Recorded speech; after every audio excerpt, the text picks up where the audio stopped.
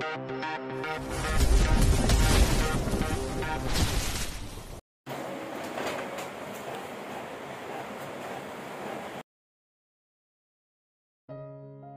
32. Pernikahan untuk balas dendam. Cik, cik, cik, bagus. Teruskanlah, teruskanlah. Suara Ray membuat momen manis yang berusaha Nataya pertahankan selama mungkin langsung kandas begitu saja. Mana Ray mengucapkannya layaknya Agnes Monica yang sedang melakukan konser menyanyikan lagu miliknya. Kampret. Nataya berteriak kesal, dan Ray hanya menanggapi dengan kekeh keras. Belum halal, jangan pegang-pegang. Masih masa idah juga jangan aneh-aneh. Apaan sih Ray? Ngaco. Naisa berlalu memasuki rumah. Sungguh ia sangat malu ketahuan oleh adiknya itu. Ray berjalan mendekat lalu duduk di samping Nataya. Ia kembali terkekeh saat melihat wajah sahabatnya yang tampak kesal. Hai shh, muka-muka ngambek. Kap, tayangnya aku dengan ngambek ya, bujuk Ray sambil memanis-maniskan wajahnya di hadapan Nataya. Awas sono, ih geli lihat wajah lo begitu. Ampun deh, tukas Nataya. Keduanya lalu terlibat obrolan panjang hingga Ray menanyakan mengenai sebab pisahnya sang kakak. Ya, ayah dan bundanya tidak memberitahu secara detail mengenai alasan Naisa menggugat cerai Adnan. Nataya pun mulai menjelaskan satu persatu hal yang diketahui dengan pasti. Bahkan saat Naisa hendak dilecehkan oleh Adnan, Ray tampak murka. Ia sedikit merasa bersalah karena tidak bisa melindungi sang kakak. Tang yu ya bro, iyo udah ngelindungi Mbak Nai gue. No problemo. Gue bakalan ngelindungi Nuna hingga ujung waktu gue. Lo yakin Mbak Nai bakalan terima lo? Yakin gue? Gue bakalan bikin Nuna bucin ke gue. Ray memutar bola matanya dengan malas. Sahabatnya itu udah di taraf bucin akut terhadap sang kakak. Namun Ray senang, ia cukup tahu selama ini Nataya tidak pernah berhubungan dengan seorang wanita pun. Jadi bisa dikatakan Naisa adalah wanita pertama yang sahabatnya itu sukai. Terlebih Ray tahu betul sifat dan karakter Nataya, ia percaya bahwa kakaknya itu akan bisa bahagia bila bersama dengan sang sahabat. Oh iya Pret, bukannya ini rumah lo ya? Nataya menjawab pertanyaan Ray dengan anggukan kepala. Ray tentu tahu kalau Nataya membeli rumah itu 2 tahun yang lalu. Tapi yang jadi pertanyaan mengapa sang kakak memilih tinggal di sini ketimbang pulang ke rumah. Ray pun menatap curiga kepada Nataya. Nataya yang paham arti tatapan Ray pun seketika menggelengkan kepalanya. Gue nggak macem-macemin mbak lo. Gue nggak pernah nginep di rumah ini semenjak Nuna tinggal di sini. Swear. Ucap Nataya sembari mengangkat tangannya dan menampilkan bentuk V pada Ray. Kok Mbak Nai nggak milih pulang aja ya? Kalau itu lo bisa tanya sendiri sama Nuna. Ya wes aku balik dulu ya. Entar nyokap nyariin. Oke, salam buat nyokap sama adik gue ya. Nataya menaiki motornya dan mengangkat jempolnya tinggi-tinggi. La pun segera melajukan motornya meninggalkan rumah miliknya tersebut. Nataya pergi, Ray pun masuk ke dalam rumah. La memutuskan untuk menginap di rumah milik sahabatnya. Lagian tadi dia kesini naik ojek online. Malas lagi kalau mau jalan buat pulang. Tampak Naisa tengah duduk di ruang makan sambil mengerjakan sesuatu di laptopnya. Wanita itu terlihat begitu serius mengerjakan sesuatu di laptop miliknya. Ray mendudukkan diri di depan sang kakak. Mbak, kok mbak nggak milih pulang ke rumah aja sih? Kenapa memilih tinggal di rumah Nataya? Naisa menghentikan jarinya. Namun sebelumnya ia menyimpan terlebih dahulu pekerjaannya dan menutup laptopnya. Ia menatap sang adik dengan lekat. Wajah Rei yang begitu tampan membuat Naisa kadang kesal, namun ia sungguh menyayangi sang adik. Sebenarnya ia sendiri juga bingung mengapa ia memilih tinggal di rumah Nataya, pria yang notabene-nya belum lama ia kenal. Tapi hatinya jelas merasa aman dan nyaman berada di rumah itu. Satu hal Rei yang membuat Mbak belum pulang. Mbak masih cukup merasa bersalah sama ayah dan bunda soal kegagalan rumah tangga Mbak. Dan Mbak ingin sendirian untuk beberapa waktu. Dengan berada di rumah Nataya. Tidak juga, Mbak akan pindah ke tempat lain tidak lama ini. Rei mengerutkan alisnya, ia sungguh tidak tahu Naisa memiliki rencana pindah rumah. Apakah Nataya tahu? Naisa menggeleng cepat. Ia belum memberitahukan rencana kepindahannya kepada Nataya. Wanita itu akan memberitahu Nataya nanti pas hari dia pindah. Wohuo tuh bocah pasti akan beling satan, gumam Rei pelan. Apa yang kamu katakan Rei? Tidak Mbak. Tidak apa-apa. Ya sudah aku tidur dulu ya. Aku mau nginep di sini. Kau tidur di kamar Nataya aja. Rei melenggang menuju kamar si pemilik rumahnya. Sebenarnya ia sendiri tidak sengaja tadi datang kemari.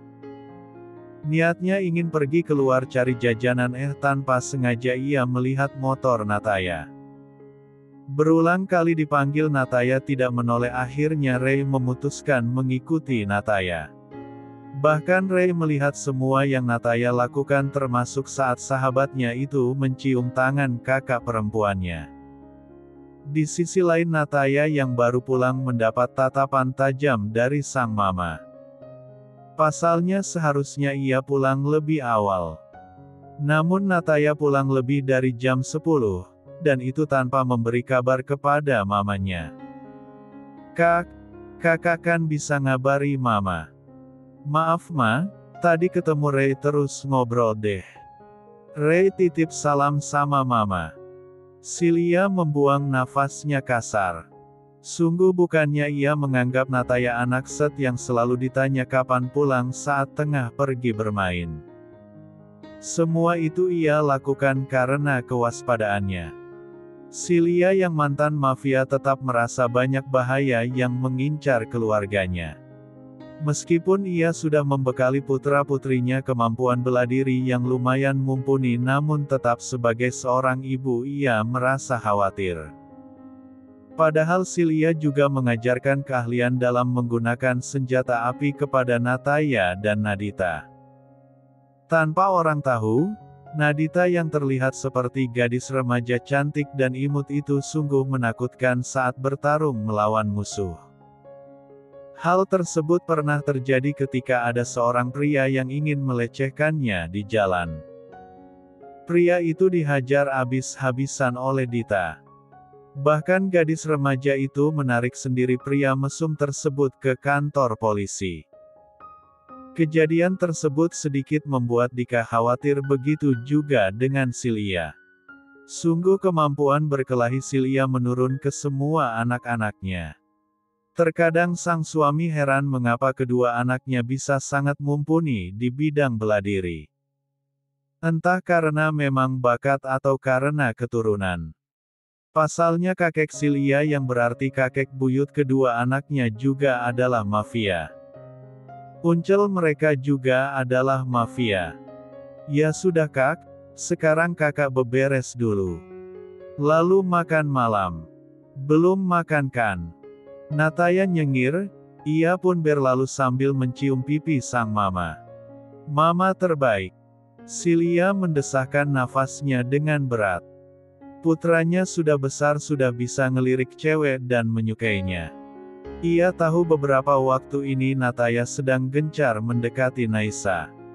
Sebenarnya Silia tidak melarang, ia hanya khawatir sang putra ditolak dan patah hati terhadap putri dari Arjuna Dewantara tersebut. Haish, apa aku harus membantunya? Bab 33.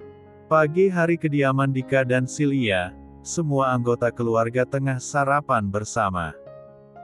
Mereka makan dengan hikmat, tanpa suara sedikit pun hingga semuanya selesai memakan sarapan mereka. Ma, Pa, Nataya sudah memutuskan buat ambil spesialis. Dika dan Silia saling pandang, lalu keduanya pun tersenyum. Sungguh Dika senang akhirnya sang putra mau mengambil spesialis. Alhamdulillah, Papa lega akhirnya kamu mau juga. Jadi kapan mau daftarnya? Semalam udah mafia online, tinggal registrasi ke kampus aja. Kak, ke kampusnya punya Eyang. Iya, mau kemana lagi? Kampus Eyang emang bagus. Males kalau ke LN, nanti nggak ketemu Nuna lagi. Kalimat terakhir yang diucapkan Nataya tentu sangat lirih. Ia khawatir kedua orang tuanya mendengarnya, walaupun saat ini sah-sah saja dia mau mengejar Naisa tapi dia masih harus menyimpannya hingga Naisa benar-benar mau menerimanya. Oh iya Pak, bukannya Paman Radia yang sekarang jadi pemimpin universitas? Iya benar, kakak sepupumu kan juga dosen di sana. Kak Yasa sama kayak Kak Nataya, ngikutin jejak papanya. Terus Dita mau ikutin jejak siapa Dika mengusap lembut kepala sang putri. Lah ingat malam yang lalu mengenai pembicaraan putra-putrinya yang ingin menjadi apa nanti. Entah Pak, Dita masih belum ngerti mah kemana nanti setelah lulus SMA. Yang jelas Dita nggak mungkin jadi dokter seperti Kak Nataya apalagi jadi dosen seperti Kak Yasa. Ya, Yasa Naratama Dwilaga. Putra pertama dari Radian Narin Dwilaga dan Hasna Sandika Rayadinata ternyata mengikuti jejak sang ayah menjadi seorang dosen di universitas milik keluarga Dwilaga. Sama halnya seperti Nataya, Yasa memiliki kepribadian yang ceria dan ramah. Menjadi dosen muda yang ramah dan murah senyum tentu saja membuat dia sepupu dari Nataya itu menjadi idola gadis-gadis kampus. Tanda hubung. Apakah tidak mau menghubungi paman saja? Tidak usah Pak, ikuti saja prosedurnya secara umum. Hal inilah juga yang disukai Dika. Putranya tidak pernah mau merepotkan siapapun untuk apa yang akan ia lakukan. Hari ini benar-benar dihabiskan Nataya bersibuk di kampus untuk mengurus prosedur pendaftaran. Namun tetap saja, meskipun menggunakan jalur umum perlakuan khusus tidak bisa ia yolak dari para pegawai kampus. Mereka semua pasti mengetahui siapa itu Nataya. Pria itu menghembuskan nafasnya dengan kasar. Ia sebenarnya tidak suka diperlakukan istimewa, namun mau bagaimana lagi nama besar keluarganya membuat dia memang istimewa. Woi, Bang Yasa kamu di sini.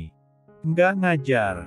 Lagi off, lagian kan aku belum full ngajar juga. Masih uji coba kan? Gimana udah beres? Udah nih. Nataya ternyata bertemu dengan kakak sepupunya. Mereka pun berbincang lama di taman. Wajah tampan keduanya tentu saja menarik perhatian orang-orang di kampus terlebih para gadis. Haish. Hahaha, resiko jadi ganteng tuh gitu Nat. Apa abang nggak risih dilihati begitu? Yasa memicingkan matanya. Sepertinya adik sepupunya itu lupa jika di rumah sakit dia juga mendapatkan tatapan seperti itu. Hei, sama aja kali kayak kamu di RS. Mereka juga ngeliatin begitu. Iya juga ya hahaha.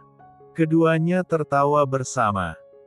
Kedua pria tampan itu benar-benar tidak sadar jika keduanya memang tampan sehingga membuat orang-orang tidak bosan melihatnya. Kampus. Bang Yasa jadi cameo yak, Jangan minta cerita tentang Bang Yasa hehehe. Adnan yang masih mencari cara untuk kembali mendekati Naisa dibuat kesal dengan tingkah Belia. Wanita itu terus mengejar dirinya, berusaha untuk kembali mendekati. Padahal secara terang-terangan Adnan menolak kehadiran Belia. Bahkan Adnan sudah menyampaikan keinginannya untuk mengakhiri hubungan keduanya. Lah sungguh tahu taktik wanita matre tersebut. Belia selalu menyuguhkan apapun agar bisa Adnan makan atau minum. Memangnya aku pria bodoh yang tidak tahu apa yang kau rencanakan. Kau pasti memasukkan sesuatu pada apapun yang kau berikan kepadaku. Adnan bermonolog dalam hati. Bahkan di perusahaan Belia terang-terangan mendekati Adnan membuat Dwi tampak geram. Kau masih berhubungan dengan wanita itu. Asal kau tahu ya Ad, jangan pikir papa nggak tahu tentang hubunganmu dengan J. Laang itu. Cik, aku udah nggak ada hubungan apapun sama dia pak. Singkirkan, daripada menjadi penghambat. Glek. Adnan menelan selaivannya dengan kasar. Ternyata papanya mengetahui fakta bahwa dia berhubungan dengan Belia. Ia sungguh sangat terkejut. Apa jangan-jangan papa tahu juga aku pernah melakukan tabrak lari? Adnan mengusap wajahnya dengan kasar. Kejadian tersebut sungguh harus disembunyikan dengan baik. Ia pun tidak ingin sang papa tahu. Adnan khawatir jika papanya akan menggunakan hal tersebut sebagai alat untuk mengancamnya. Papa tidak usah cemas. Aku bisa mengatasi Belia. Bagus, papa harap kamu bisa mendapatkan Naisa kembali bagaimanapun caranya. Brak. Setelah mengatakan hal tersebut Dwi melenggang keluar dari ruangan Adnan. Pria berusia 27 tahun itu menggertakkan gigi-giginya karena amat kesal kepada papanya. Tapi Adnan belum bisa melakukan apa-apa. Ia sendiri merasa harus menyelidiki mengenai apa yang papanya tuduhkan kepada ayah Naisa. Mungkin tindakan yang dilakukan Adnan sangat telat. Namun ia berpikir lebih baik telat daripada tidak sama sekali. Siapa tahu dengan mengungkap kebenarannya bisa membuat Adnan kembali pada Naisa. Adnan tidak tahu saja, baik Juna ataupun Naisa sudah mulai melakukan penelusuran mengenai insiden 30 tahun silam yang menimpa Erika Sasongko. Jika Juna sudah lebih dulu membuka kiriman surel yang Mersun berikan, Naisa baru semalam membukanya. Hal tersebut sedikit membuat Naisa bingung. Karena selama berpacaran dengan Adnan ia tidak pernah mengenal Erika Sasongko. Sebenarnya lebih tepatnya Adnan tidak pernah mengenalkan keluarga besar Sasongko. Adnan pernah menceritakan bahwa keluarga Sasongko hanyalah tertinggal papanya semata. Maka dari itu Adnan hanya memiliki keluarga intinya itu yang terdiri dari papa dan mamanya. Hingga kiriman surel dari Mersun menyebutkan bahwa Dwi Sasongko memiliki seorang adik saudara perempuan yang bernama Erika. Bahkan di dalam isi surel disebutkan Adnan memiliki adik perempuan. Naisa sungguh merasa dibohongi dengan asal-usul keluarga Adnan. Entah memang sengaja menyembunyikan atau apa, yang jelas selama merek bersama dan Naisa diajak berkunjung ke kediaman Sasongko ia tidak pernah melihat satu foto pun tergantung di dinding. Jika biasanya setiap rumah memiliki foto keluarga, tidak dengan kediaman Adnan. Di rumah milik orang tua Adnan tidak ada foto keluarga satupun. Hanya foto-foto Adnan yang menghiasi rumah dan satu atau dua bingkai foto mama dan papanya. Itu pun mereka tidak ada dalam satu frame.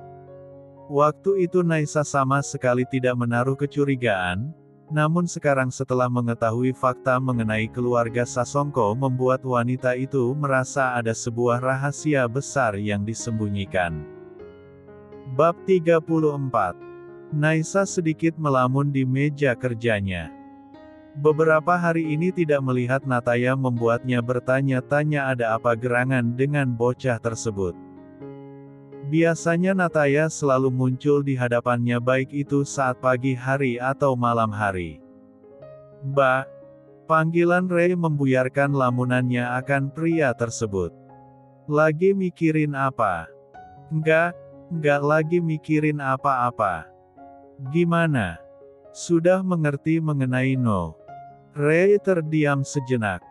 Setelah ia pulih dari kecelakaannya, pria berusia 23 tahun itu memang langsung kembali ke Star Building dan belajar mengambil alih semua urusan No. Dari mulai pemilihan desain, warna, dan model yang akan dikeluarkan. No yang merupakan alat-alat outdoor tersebut harus selalu berinovasi dalam mengeluarkan produk-produk barunya. Hal tersebut bertujuan agar No tetap eksis dan diminati para penikmat olahraga outdoor. Sebenarnya ada beberapa hal yang ingin ia revisi mengenai sepatu yang dikeluarkan kemarin. Namun produk tersebut sudah di-launching saat ia masuk rumah sakit. Juga, Ray merasa bahwa tenda keluaran No sudah harus diupdate. Ray juga berencana untuk mengupgrade warna-warna yang No keluarkan. No identik dengan warna-warna dark, Ray ingin membuat No sedikit lebih warm dengan warna-warna yang lebih terlihat. Apa yang dipikirkan oleh Ray ia sampaikan kepada sang kakak. Naisa tersenyum lebar. Rupanya ketertarikan Ray terhadap No membuat adiknya itu berpikir lebih produktif. "Bagus. Apa yang kau katakan bagus kok. Tinggal eksekusi." "Bagaimana eksekusinya, Mbak?" "Panggil semua tim No lalu adakan rapat. Presentasikan apa yang sudah kamu pikirkan, berikan gambaran keinginanmu. Buat perbandingan. Jangan lupa target pasar yang dituju dengan adanya perubahan tersebut. Jangan asal mengubah sesuatu tapi tujuan dari perubahan itu tidak jelas. Jika itu kamu lakukan sudah pasti mereka akan menolak usulanmu." Ray mengangguk paham. Ia benar-benar kagum dengan kakak perempuannya itu. Saat seperti itu Naisa terlihat begitu berwibawa dan cerdas. Memang layak sebagai CEO Star Building. "Mbak, udah deh Mbak aja selamanya yang jadi CEO kenapa juga harus resih. Because I'm a woman. I just want to be a housewife." Memang kenapa kalau ibu rumah tangga? Tuh nyatanya mamanya Nataya juga sampai sekarang juga bekerja. Tidak ada yang salah Ray. Mbak juga tetap akan bekerja. Tapi Mbak ingin prioritas utama Mbak adalah suami dan anak-anak Mbak nanti. Lagian kan ada kamu. Ya kamulah yang harus mengurus Star Building. Beruntung Iho DCC dipegang sama Om Dante dan Dis dipegang sama Tante Alina. Coba jika enggak, kamu bakalan yang pusing ngurus semuanya. Kedua kakak beradik itu tahu betul sang ayah sama sekali tidak pernah mau ikut campur dalam usaha apapun milik Dewantara Corp Company atau yang dikenal dengan DCC. Juna bahkan menolak dengan lantang saat diminta mengurusi DCC. Meskipun begitu ia memiliki saham di DCC tapi waktu itu pun bukan atas nama dia sendiri. Arjuna Dewantara lebih senang mengembangkan bisnisnya yang tanpa campur tangan Dewantara. Ya baiklah aku paham kok. Oh iya apakah kita bisa mengajukan usul untuk tema seperti apa iklan ke JD Advertising? Tentu, kita bebas request.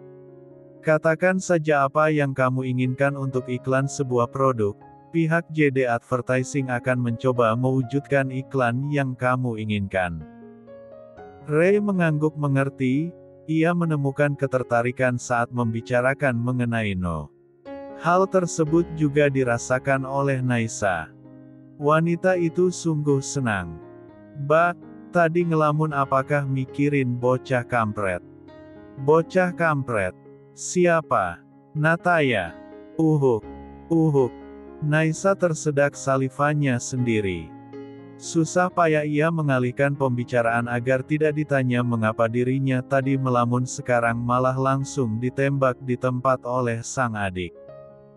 Enggak, ngapain mikirin temanmu itu? Ray menelisik wajah sang kakak, ia menatap mata Naisa dengan lekat. Tampak sekali kakaknya itu berbohong. Ray sedari kecil hafal, Nasya akan mengedip-ngedipkan matanya jika ia tengah berbohong akan suatu hal. Pemuda itu pun hanya tersenyum lalu berdehem. Oh nggak mikirin. Ya udah sih kalau gitu nggak usah salting. Cuman emang sekarang dia lagi sibuk sih, kan kuliah lagi ngambil spesialis bedah anak. Oh jadi ambil spesialis, alhamdulillah kalau begitu. Ray hanya menyunggingkan senyum saat kakaknya bergumam pelan. Ia tahu, tampaknya sang kakak menaruh rasa kepada sahabatnya itu.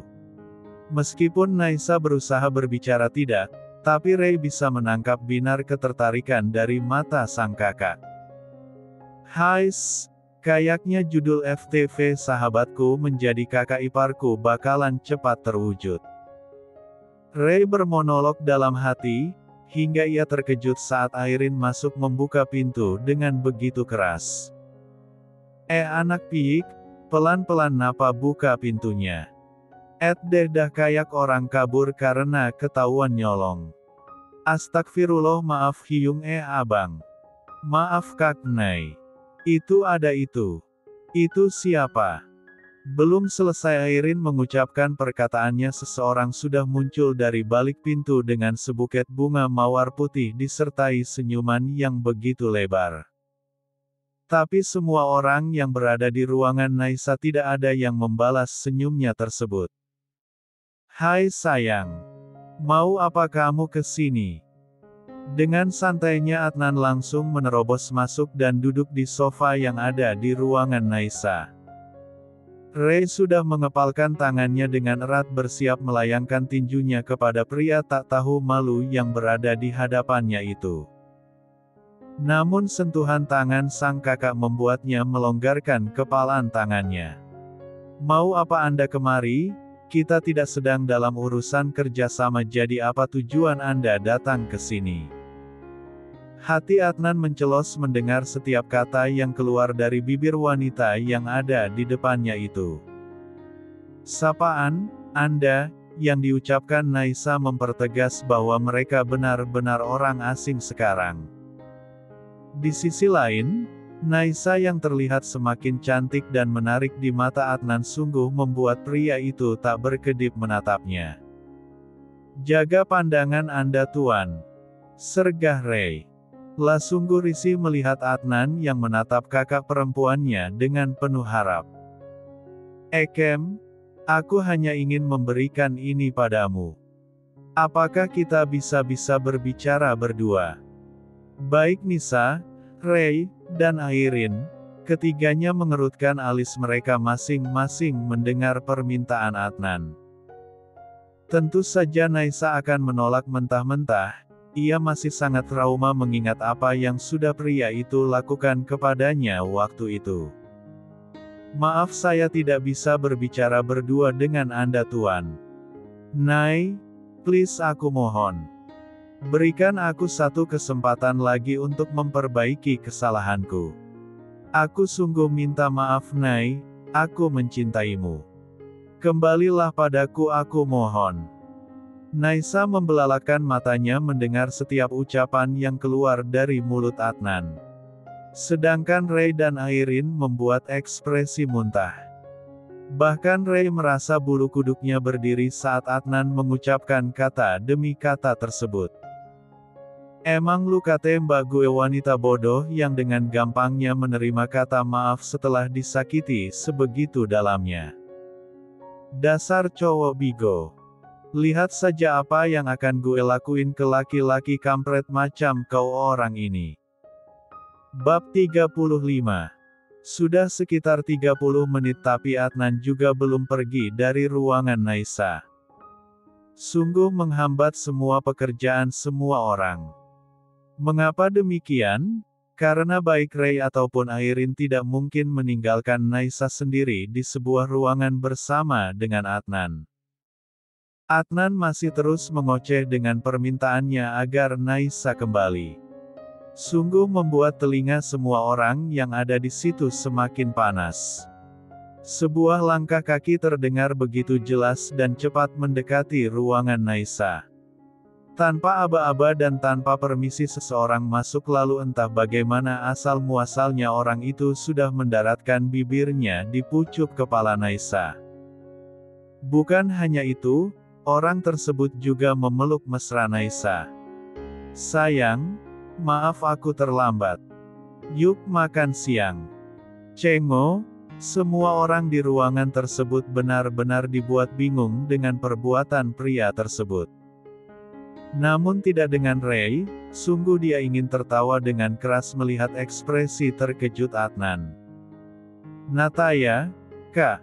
"Iya Nuna, maaf ya padahal udah janji makan siang bareng. Tadi ada sedikit urusan di kampus." Ada tamu tuh, maaf ya Tuan saya tidak lihat." "Maklum mata saya sudah dipenuhi dengan wajah Nuna jadi saya tidak melihat ada orang lain lagi di sini selain Nuna." "Ray, mbakmu aku bawa dulu ya. Tolong selesaikan urusan Nuna. Aku takut Nuna pingsan jika telat makan siang kan bahaya." Perkataan Nataya benar-benar membuat semua orang di sana menganga. Terlebih Airin, ia sedikit bingung dengan pria yang mungkin seusia dengan dirinya itu. Naisa benar-benar tidak mengerti bagaimana pria ini bisa tiba-tiba di sana. Nataya langsung meraih tangan Naisa dan membawanya pergi dari ruangan. Seperti besi yang terkena magnet, Naisa pun mengikuti Nataya tanpa protes. Keduanya pun keluar meninggalkan Adnan yang tampak kesal. "Apakah masih ada yang mau dibicarakan Tuan Adnan? Sebaiknya saya permisi, tidak ada gunanya lagi saya di sini." Adnan berdiri dari duduknya dan berjalan keluar. Namun suara Ray menghentikan langkahnya. "Tuan Adnan maaf, sebaiknya Tuan membawa kembali bunga tersebut. Di sini tidak ada yang menginginkannya. Dan maaf hanya akan menambah kotor ruangan." Adnan kembali meraih buket bunga yang ia bawa tadi dengan kasar. Pria itu lalu berjalan dengan cepat meninggalkan ruangan milik Naisa. Sedangkan Ray tertawa terbahak-bahak. Ia sungguh puas bisa melihat wajah Adnan yang begitu kesal tersebut. "Rasain emang enak. Brother you are the best. Emang paling-paling deh hahaha. Hyung, apa Bang Ray yang meminta pria tadi ke sini?" Ray mengangguk menjawab pertanyaan dari Airin. Tanpa diketahui oleh semuanya, saat pertama kali Adnan datang, Ray langsung mengirim pesan kepada sahabatnya itu, "Bro, ke Star Building cepat." "Ray, napa emang bro?" "Nataya, jangan banyak tanya, kalau nggak cepat Mbak Nai bakalan dibawa sama buaya buntung." Ray. Nataya yang waktu itu baru saja hendak mau menyantap bakso ke mulutnya urung. Pria itu langsung berlari meninggalkan semangkok baksonya menuju ke parkiran dan melesatkan motornya ke Star Building. Rasa lapar yang tadinya begitu ia rasakan seketika hilang saat mendapatkan pesan dari Ray. Sesampainya di depan ruangan Naisa, Nataya tambah geram saat mendengar bagaimana Adnan mencoba membujuk Naisa agar kembali kepada pria durjana itu. Maka dari itu ia pun melakukan hal tak terduga di depan sahabatnya, yakni memeluk dan mencium kepala Naisa. "Bang, apa pria muda tadi menyukai Kak Nai?" "Ya, dia temanku. Dia seorang dokter putra dari pasangan Dr. Radhika Tarafdwilaga dan Silvia Bellona Linford." "Apa? Airin tentu tahu dua nama besar itu. Dia sungguh tidak menyangka pria tadi adalah putra dari dua orang hebat yang namanya dikenal di bidangnya masing-masing. Yang bikin tidak kalah herannya pria tadi menyukai Naisa. Pertanyaan muncul dari benak Airin, sejak kapan Naisa berhubungan dengan dokter muda itu? Nggak usah bingung, biarkan semuanya mengalir. Apa abang memberi jalan pada dokter itu untuk mendekati Kak Nay? Tentu saja, aku tahu persis siapa Nataya. Dia adalah pria yang baik dan penyayang. Aku yakin Mbak Nay akan bahagia bila bersama dengan Nataya. Airin terdiam saat mendengar setiap kata yang keluar dari mulut Ray. Jika pria di depannya mengatakan hal tersebut berarti pria tadi benar-benar adalah pria yang baik. Airin pun menghembuskan nafasnya lega, ia hanya tidak ingin kakak perempuan yang ia sayangi itu mengalami sakit hati seperti sebelumnya. Di sisi lain, Nataya masih menggenggam erat tangan Naisa.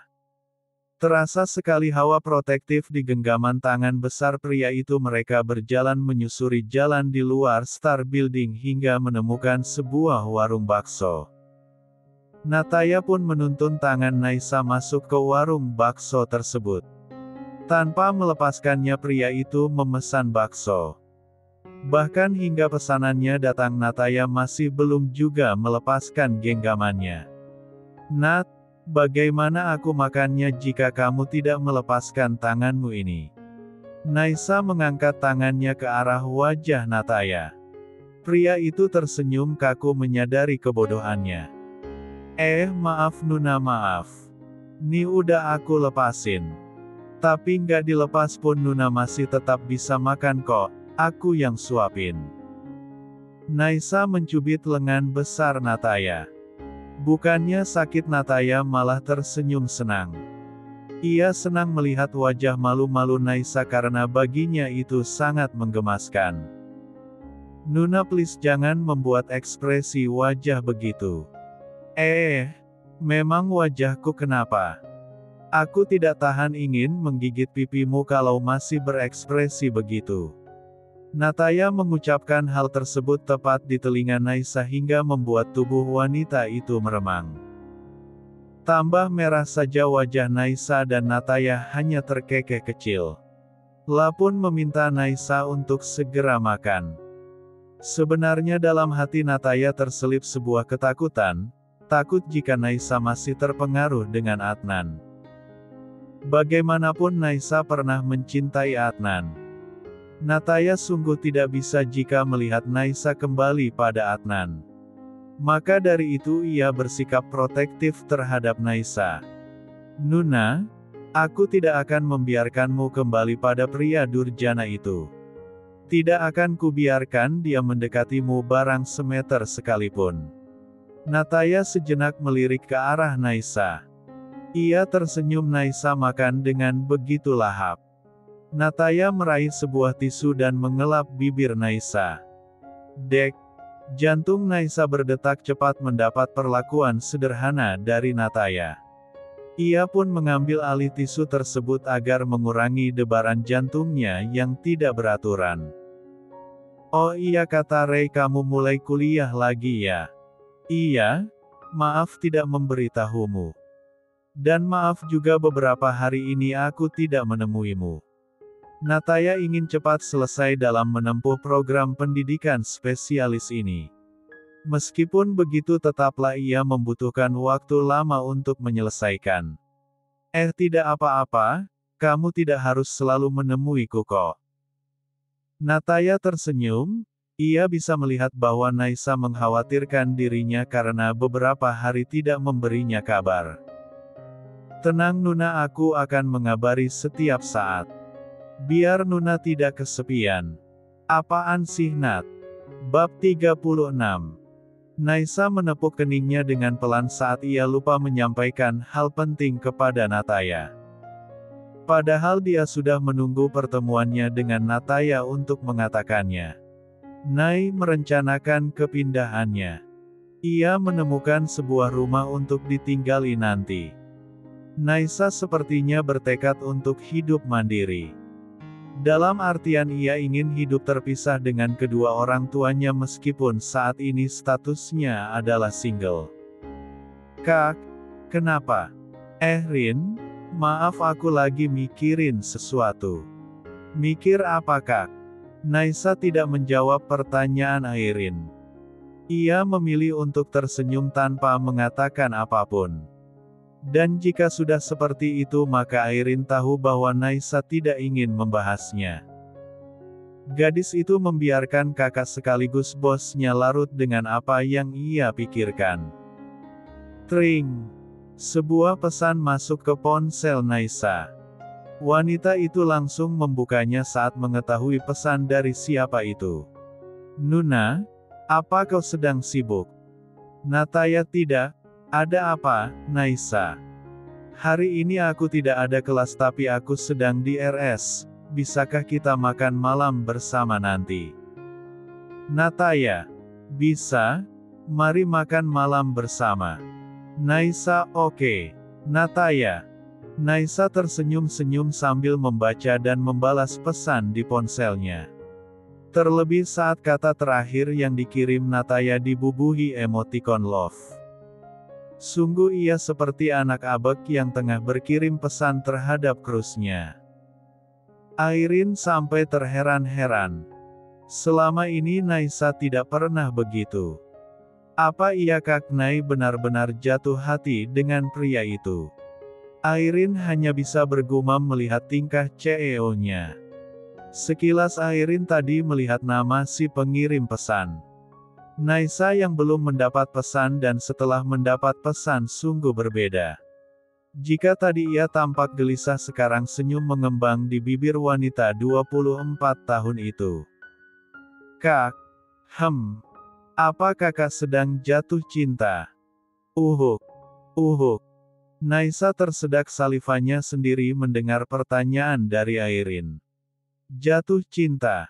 Mana mungkin ia sedang merasakan hal tersebut. Itu adalah hal gila yang mungkin ia rasakan jika benar adanya. Jangan aneh-aneh Rin. Siapa juga yang jatuh cinta? Kak Nai, terus ngapain senyum-senyum sendiri saat berbalas chat? Itu chat dari dokter muda nan tampan yang kata orang-orang Chang Woko super kan. Naisa mengusap tengkuknya. Ia merasa salah tingkah dengan tebakan benar Airin.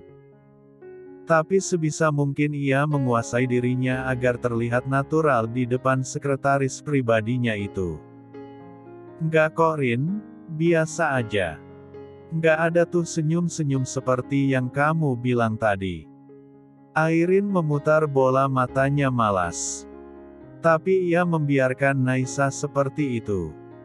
Paling tidak bosnya itu bisa tersenyum setelah peristiwa memilukan dalam hidupnya. Airin pun meninggalkan Naisa di ruangannya. Bodoh, kok aku bisa sih lepas kendali gitu? Ampun deh tuh bocah, bisa-bisanya kamu buat aku senyum-senyum gak jelas. Di rumah sakit Nataya yang tengah sibuk bolak-balik ruang IGD tampak begitu bersemangat setelah membuat janji makan malam bersama Nuna kesayangannya.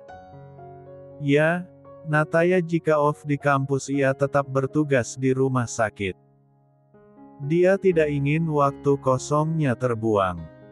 Ternyata tingkah pola Nataya tersebut tidak lepas dari penglihatan Dinar. Wanita yang berstatus sebagai perawat itu terus melihat Nataya yang tengah sibuk menangani pasien-pasiennya di sela pekerjaannya. Aku harus mengungkapkan rasa hatiku hari ini juga. Dinar sungguh bertekad. Ia harus segera menyatakan cintanya kepada Nataya. Ia tidak mau hidup dalam penyesalan karena tidak mengungkapkan apa yang ia rasakan. Entah apapun nanti jawaban yang akan diterima ia akan siap. Jam demi jam bergulir begitu cepat. Jam kerja Nataya akhirnya selesai juga. Dokter tampan itu tersenyum lebar. Ia berjalan menuju ruangannya untuk berganti pakaian. Sebenarnya bukan ruangan pribadi, karena ia di sana dengan beberapa rekan dokter lainnya. Namun langkah Nataya terhenti saat seseorang memanggilnya. "Dokter Nataya, bisakah saya meminta waktu Anda sebentar?" Nataya tersenyum lalu mengangguk menyetujui permintaan Dinar. Tibalah mereka di taman rumah sakit. Tak mau berlama-lama di sana karena sudah janji dengan Naisa, Nataya pun langsung menanyakan apa yang akan Dinar bicarakan kepada dirinya. Gadis berambut pendek itu terlihat gugup. La mengambil nafasnya dalam-dalam dan membuangnya perlahan. "Dokter, ada yang ingin saya sampaikan." "Katakanlah." "Dok, saya sudah lama menyukai Dokter Nataya." Nataya diam, sebenarnya dia sudah bisa menebak hal tersebut. Dia bukan pria yang tidak peka. Nataya tahu betul bahwa Dinar memiliki rasa khusus terhadapnya. "Sudah, apakah seperti itu saja yang ingin kau katakan?" Dinar mengangguk, memang dia hanya butuh mengutarakan rasa hatinya itu. Sedangkan Nataya tertawa, ia sungguh merasa kagum dengan Dinar. "Kau hebat perawat Dinar. Aku akui keberanianmu. Tapi maaf, aku hanya menganggapmu rekan kerja. Ada seseorang yang aku sukai dan yang tengah ku perjuangkan saat ini. Aku harap kau menemukan pria yang pas untukmu." "Tidak apa-apa dokter. Aku sudah cukup lega dengan mengatakan perasaanku. Semoga wanita yang kau perjuangkan segera bisa menjadi milikmu. Aku sudah cukup puas dengan pengakuanku. Kau wanita yang baik, aku harap kau akan mendapatkan pria yang baik juga." Nataya tersenyum dan menepuk bahu Dinar dengan lembut. Pria itu kemudian berlari kembali masuk ke rumah sakit. Dinar menghembuskan nafas kelegaan. Ternyata tidak sesulit yang ia bayangkan.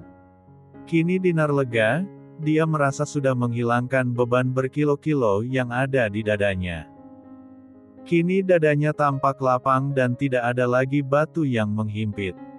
"Hao, akhirnya. Semoga kau mendapatkan kebahagiaanmu dokter. Dan aku akan mencari kebahagiaanku." Dinar.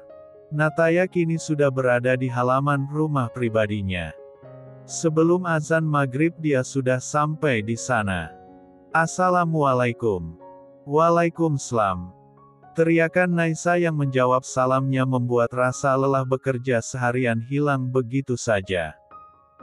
Terlebih wajah cantik itu menyembul dari balik pintu untuk menyambut kedatangannya.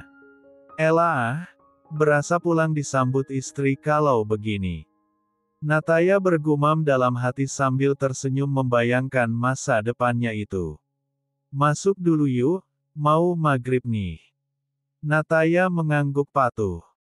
Ia mengekor Naisa lalu mendudukkan bokongnya di sofa ruang tamu. Nataya pun menyandarkan punggungnya di sana. Tampak Naisa membawakan minuman hangat untuknya.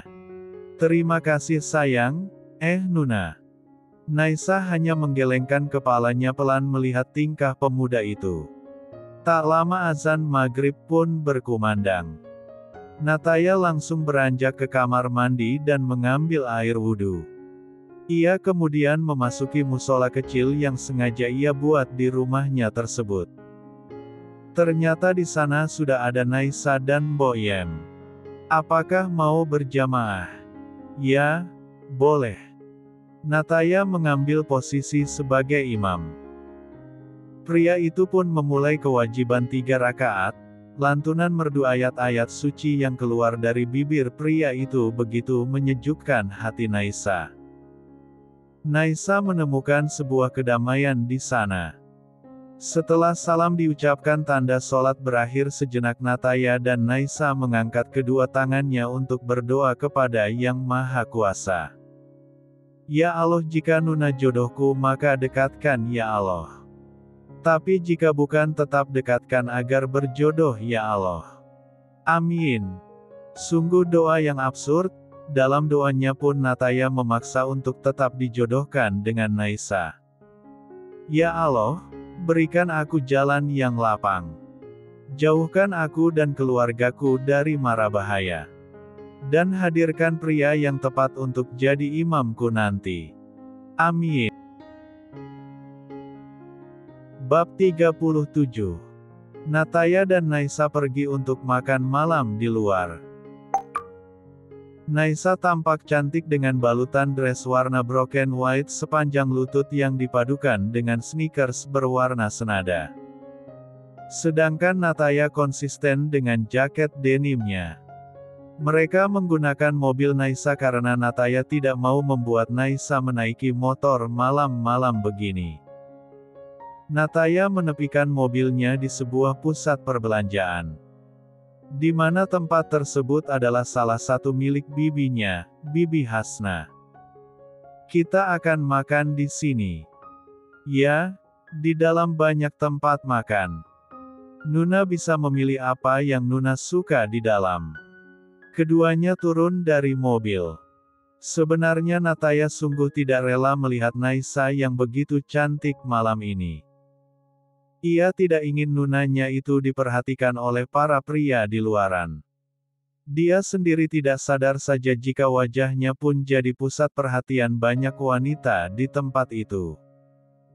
Nataya pun berinisiatif meraih tangan Naisa dan menggenggamnya dengan erat.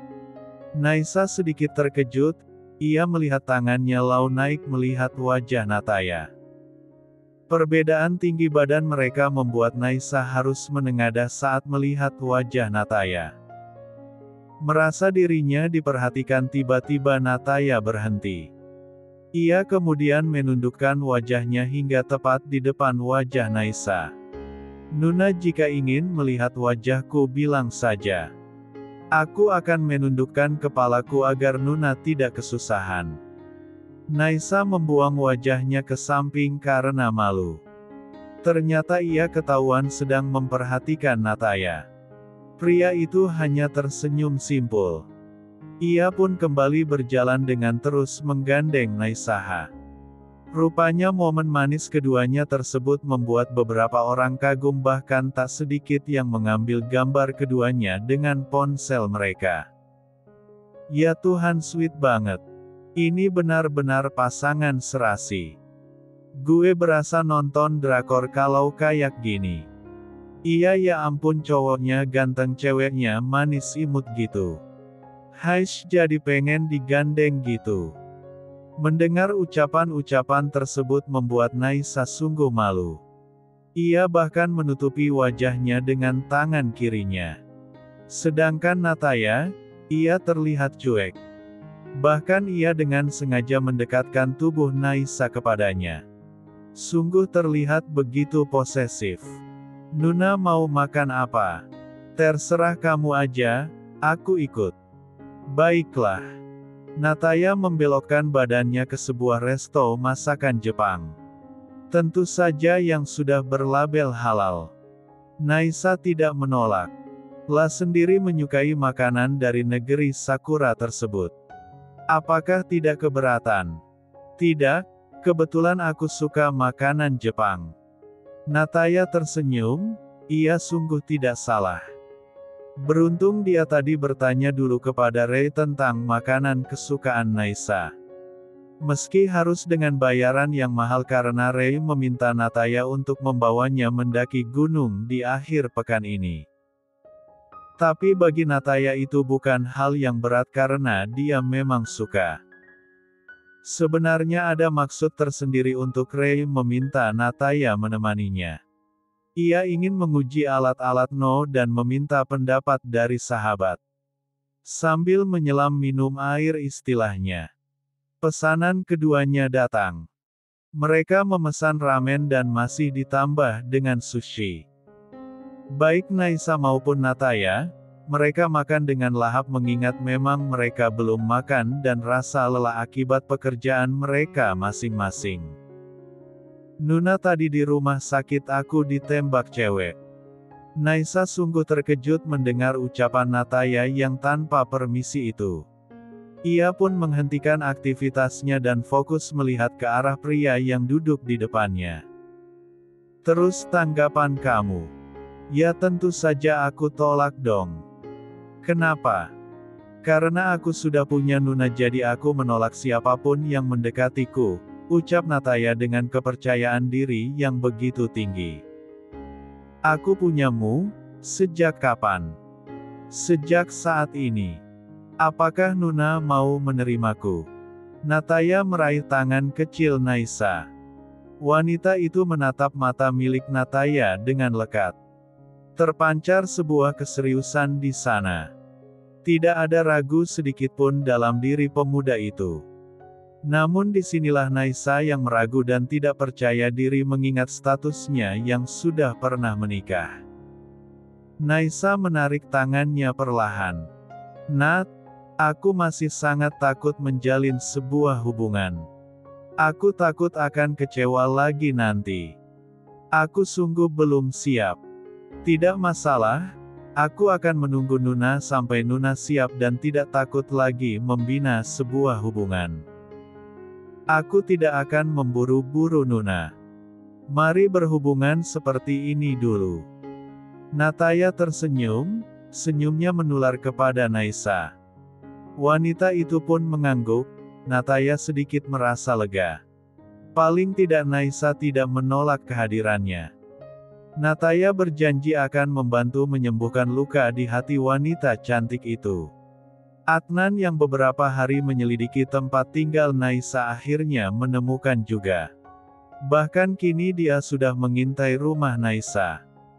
Jika ia begitu sulit untuk menemui Naisa di Star Building maka Adnan akan menemui Naisa di rumahnya. Adnan tidak tahu saja tempat di mana Naisa tinggal tengah dijaga beberapa orang suruhan Juna dan Nataya yang sama-sama berasal dari Wild Eagle. Siapa yang akan menolak keinginan prince mereka? Meskipun tidak punya kuasa di Wild Eagle, putra sang Queen merupakan prioritas bagi anggota Wild Eagle. Namun mereka pun tidak boleh berlaku gegabah. Mereka tidak serta menyakiti seseorang yang mencurigakan. Mereka harus menelisik lebih pasti apa motif orang yang mendekati rumah Naisa. Tampaknya Nai tinggal bersama Mbo Yem dan Pak Jo di sini. Tapi mengapa ada motor sport di sana? Dan nampaknya mobil Naisa tidak ada. Apa dia sedang pergi? Adnan bermonolog. Ia mencoba mengamati situasi di rumah Naisa dengan tetap berada di dalam mobil. Vroom vroom cekait. Mobil Naisa terlihat memasuki halaman rumah. Adnan melihat dengan senyumnya yang begitu lebar. Setelah menunggu setidaknya 3 jam akhirnya ia bisa memastikan bahwa rumah tersebut memang ditempati oleh Naisa. Namun pemandangan di depannya lagi-lagi membuat pria itu meradang. Seorang pria keluar dari sisi kemudi mobil dan membuka pintu di sisi lain. Bahkan Naisa menerima uluran tangan pria tersebut. Sial, bocah itu lagi. Tampaknya dia akan bersaing denganku untuk memperebutkan Naisa. Baiklah, aku tidak akan kalah. Genderang perang bertabuh, Adnan menandai Nataya sebagai rivalnya. Ia memukul setir kemudinya saat Nataya menggandeng mesra Naisa dan masuk ke dalam rumah beriringan. Brongsek, bocah ingusan itu benar-benar menantangku. Apa dia mereka tinggal bersama? Tidak. Tidak mungkin. Lihat saja, aku tidak akan kalah. Aku yakin aku bisa mendapatkan Naisa kembali. Saking marahnya Adnan langsung pergi dari sana. Ia berpikir bahwa Nataya tinggal di rumah itu. Adnan tidak tahu, sesaat setelah dirinya pergi Nataya pun juga ikut pergi dengan mengendarai motor sport miliknya. Senyum lebar menghiasi bibir Nataya karena malam ini berhasil mengajak sang Nuna ngedet. Meski hanya sekedar makan malam. Tapi Nataya sudah punya rencana, di akhir pekan nanti ia akan mengajak Naisa pergi berjalan-jalan. Ia akan terus berusaha memikat hati sang pujaan hati agar lebih cepat menerimanya. Bab 38. Berbeda dengan Nataya yang selalu mengembangkan senyumnya. Semenjak kembali dari rumah yang ditempati Naisa, Adnan terus saja bersungut-sungut. Ia sungguh kesal luar biasa dan tentu saja terganggu akan kedekatan Nataya dan Nais. Sial, aku harus segera menemukan keberadaan adik papa itu, agar bisa kugunakan sebagai alasan untukku bisa kembali mendekati Naisa. Adnan pun menghubungi orang suruhannya yang ia meminta untuk mencari di mana bibinya berada. Namun ternyata tidak secepat dan semudah itu mereka menemukannya. Bahkan mereka belum juga menemukan titik terang ataupun petunjuk mengenai keberadaan Erika Sasongko. Adnan menggebrak meja di depannya. Rasa kesalnya bertambah. Sudah dibuat kesal karena melihat Nataya dan Naisa, kini ia bertambah kesal pencariannya belum juga membuahkan hasil. Sebenarnya apa yang papa sembunyikan? Di mana bibi Erika? Jika memang sudah mati, di mana nisannya? Jika masih hidup, mengapa sama sekali tidak diketahui keberadaannya? Adnan mengacak rambutnya dengan frustasi. Seakan buntu hingga sebuah ide menghampiri kepalanya. Rumah sakit. Panti. Ya, mungkin aku harus mencari Saru di satu, bibi di kedua tempat itu. Harus. Adnan kembali menghubungi orang-orangnya.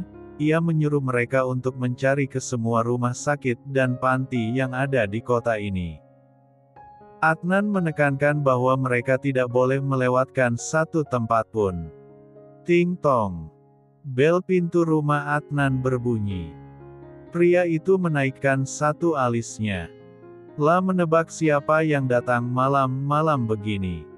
Adnan pun berjalan cepat menuju pintu dan membukanya. Hao, kau lagi. Mau apa hah? Belia langsung memberikan benda pipih berwarna putih yang sudah ia genggam itu kepada Adnan. Di benda pipi tersebut terlihat dua buah garis berwarna merah. Apa maksudnya ini? Aku hamil, Ad. Pria itu terdiam, ia mencoba untuk menajamkan telinganya agar tidak salah mendengar. Aku tidak salah dengarkan. Bohong, tidak mungkin. Bukankah kau selama ini meminum pil kontrasepsi? Tidak. Aku sudah tidak meminumnya setelah kau mengatakan ingin memiliki anak dengan wanita itu. Aku sungguh tidak terima akan hal itu dan aku memutuskan berhenti minum pil kontrasepsi.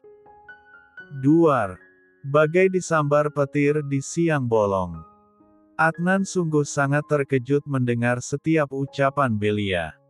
Ia pun terkulai lemas. Jika Belia hamil, tentu saja kesempatannya kembali mendekati Aisyah akan hilang begitu saja. Apa kau yakin itu anakku? Hufet, aku memang mur 4 han. Tapi aku hanya melakukannya denganmu. Aku sudah memeriksanya ke dokter Obgin. Aku hamil 8 minggu. Adnan benar-benar bingung saat ini.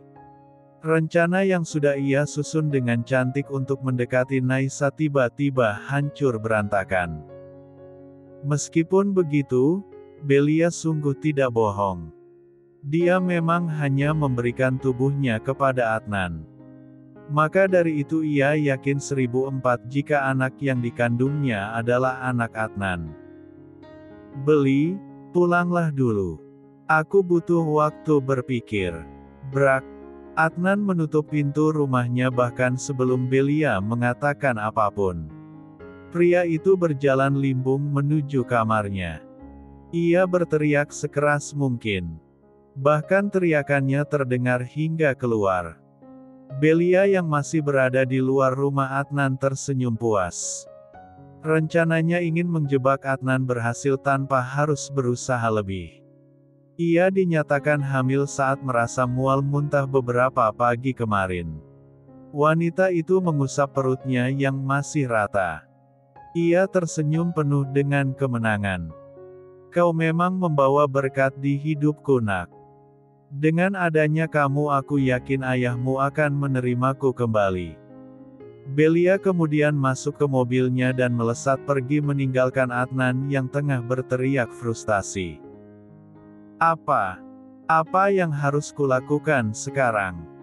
Arg. Belia sialan, mengapa dia bisa hamil? Hancur sudah harapanku bersama dengan Naisa. Adnan tergugu, dia memang brengsek.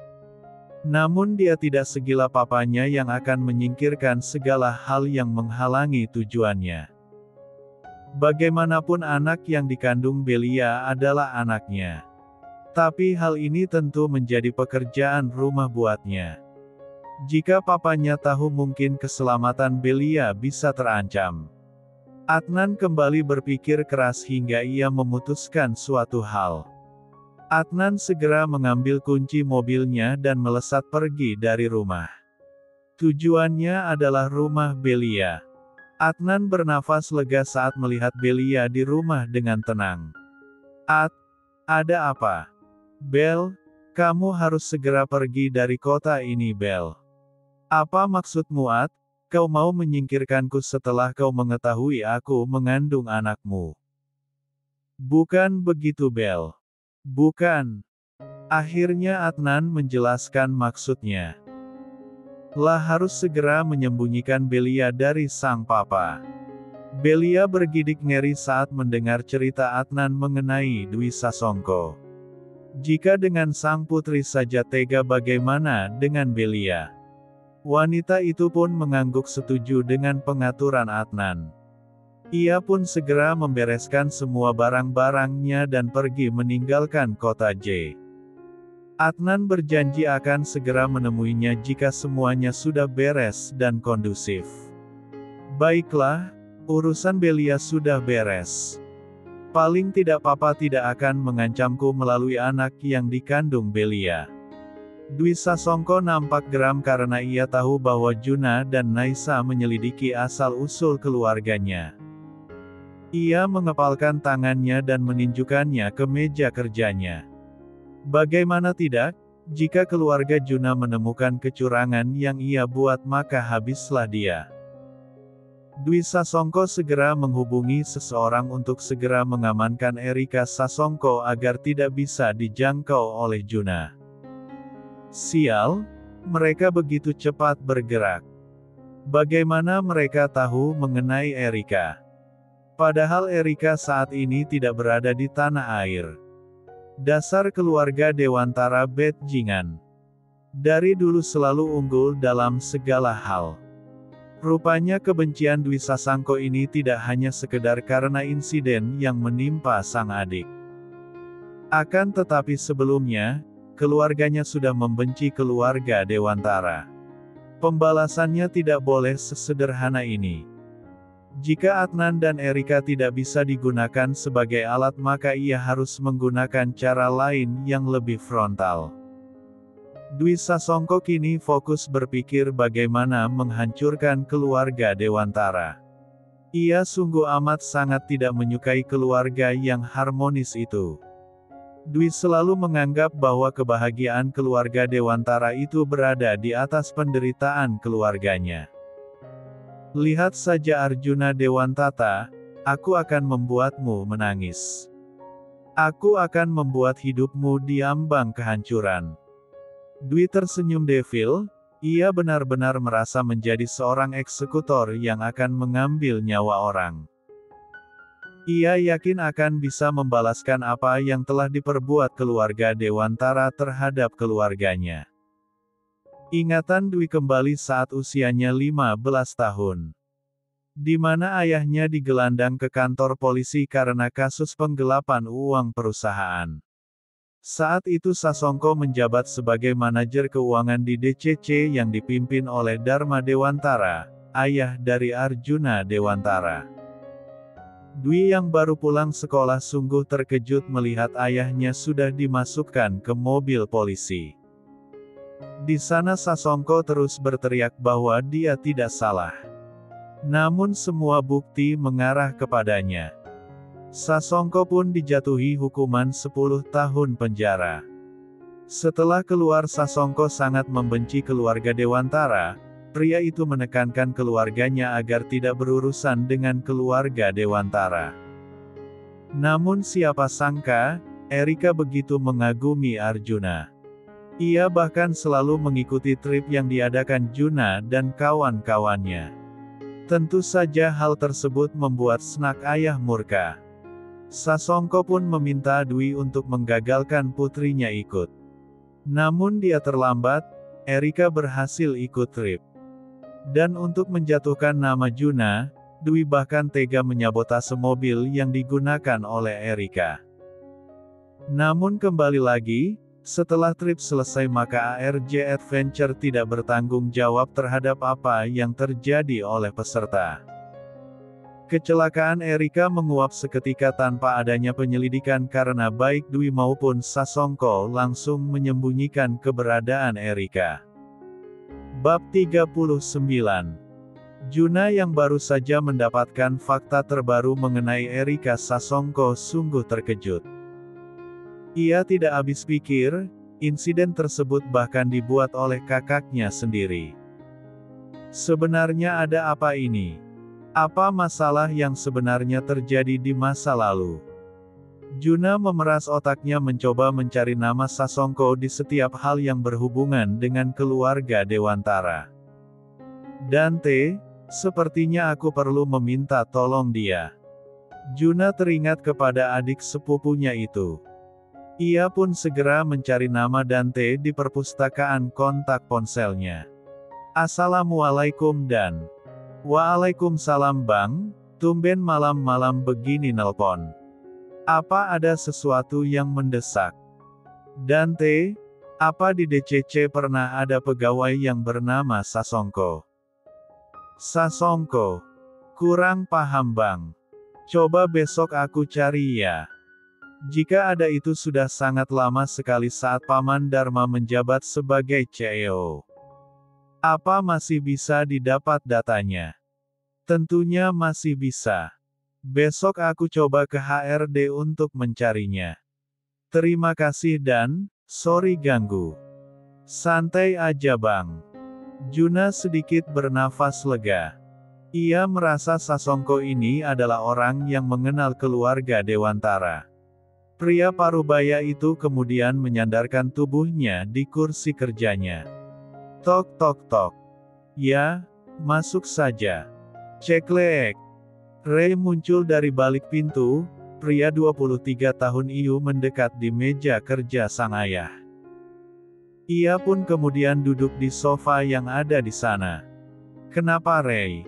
Ray sedikit bingung. Ia sendiri tidak tahu apa yang membawanya menemui sang ayah. Yah, ucap Ray ragu. Kenapa Sepertinya ada sesuatu yang ingin kamu sampaikan kepada ayah. Ray mengatur nafasnya, ia pun kemudian mengatakan apa yang dari tadi ia simpan mengenai sang kakak. Juna mendengarkan kata demi kata yang diucapkan oleh Ray. Alis pria itu sedikit mengerutkan keningnya mendengar ucapan Ray. Apa maksudmu dengan pria yang lebih muda? Nataya ya? Nataya menyukai Mbak Naisa. Heh. Apa? Nataya anaknya Dr. Dika dan Silia. Ya iya dia ya siapa lagi temennya Ray yang namanya Nataya. Juna menggaruk kepalanya yang tidak gatal. Bagaimana bisa dokter muda itu menyukai putrinya? Juna sungguh bingung akan hal ini. Tapi ya sudahlah, ia akhirnya membiarkannya. Toh belum tentu juga pemuda itu serius. Nataya serius ya? Hei, mendengar mengenai reputasi keluarga Dwilaga dan keluarga Linford membuat bulu kuduk Juna meremang. Sungguh ia merasa sedikit minder dengan kedua keluarga tersebut. Hai anak muda sekarang. Sebenarnya ayah tidak masalah dengan siapa nanti mbakmu akan bersanding. Asalkan jangan seperti pria bajingan tempo hari itu saja. Ray mengangguk mengerti, kesempatan sang sahabat kini terbuka lebar. Nataya hanya benar-benar harus bisa membuat Naisa jatuh hati padanya, maka semua akan beres.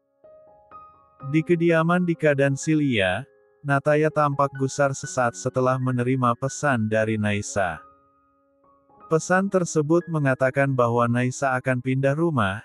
Terang saja pemuda itu blingsatan dan mondar-mandir tidak jelas. Terlebih ini sudah jam 10 malam. Ragu-ragu akhirnya Nataya pun nekat keluar rumah dan mengendarai motornya dengan sedikit lebih cepat. Dia tidak ingin terlalu malam saat sampai di tempat Naisa. "Hufet Nuna, mengapa harus pindah sih? Aku bawa ke kuas secepatnya juga deh biar nggak pergi-pergi."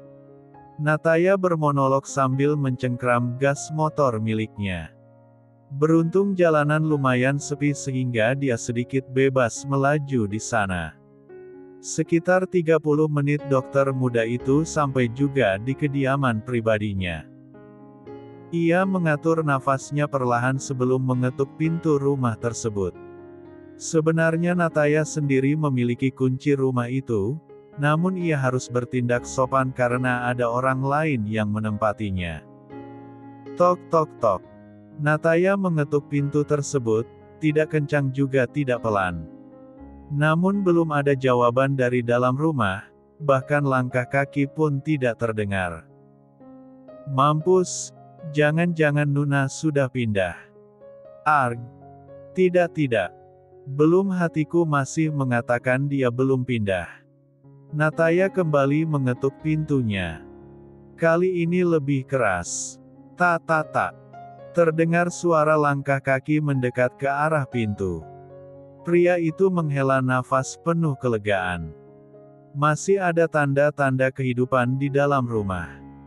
Berarti keyakinannya benar, bahwa Naisa masih ada di dalam sana. Ceklek. Assalamualaikum. Waalaikumsalam.